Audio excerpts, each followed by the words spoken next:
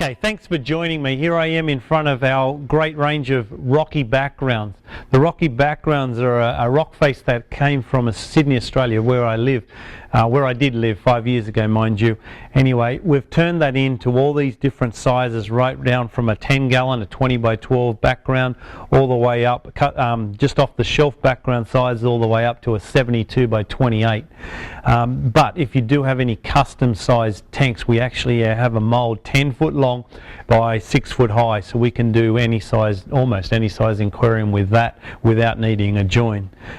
The rocky background also is the piece that we use when we're doing overflows. So if you have an aquarium where you have some overflows, then typically this will be the piece that we use, and we'll use it and bend it to do back overflows, which are three-sided like that, or the corner ones, which will be two-sided. So makes it a bit easier because it doesn't have so much dimension. It doesn't take up too much of the tank, and it also makes it possible for us to bend into an overflow. If you do use this, then you're not taking up much of your tank, so often you'll want to decorate a bit more, giving a bit more three-dimension to your tank, either by using wood or using some of the decoration rocks we have, or even some real rocks that you might have collected over the years.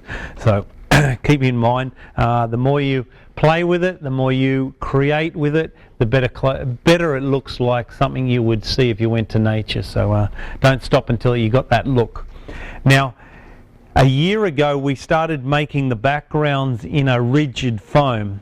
We have been making products out of foam for many years, but not as a complete item. So now, instead of the flexible like this, we have the rigid like this. So same mold, same color, but you cannot bend it. So if you do try and bend it, you might crack it or break it. So just be very, very careful. If it's a bit of a tight fit, you might need to actually cut it to fit your size aquarium. So just a little saw, small tooth saw, will cut this quite well. Even scribing it with a really sharp bladed knife and then snapping it when it's cut through can make this fit your tank. So just be careful. If you do break it, then you can silicone it back with some silicone, or even Gorilla Glue works really, really well with that. So for a reptile tank, often you won't want to use just the clips that we provide. These clips just sit over the back of the tank, and also over the top of the background.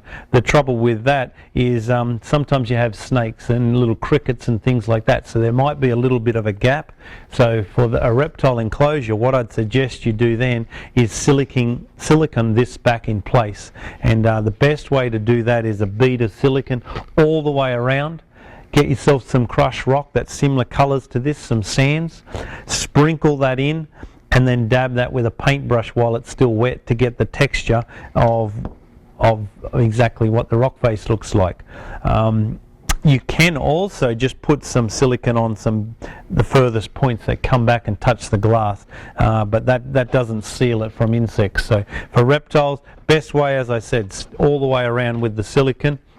For aquariums, all you really need to do is use our black clips, stick it over the top onto the back of the tank. So hope you can find a great use in this. As you can see, there's over 20 sizes actually of backgrounds, plus the big custom one that we can do up to 10 foot by 6 foot, and any size overflow as well. So thanks for joining me, and hope to see you again.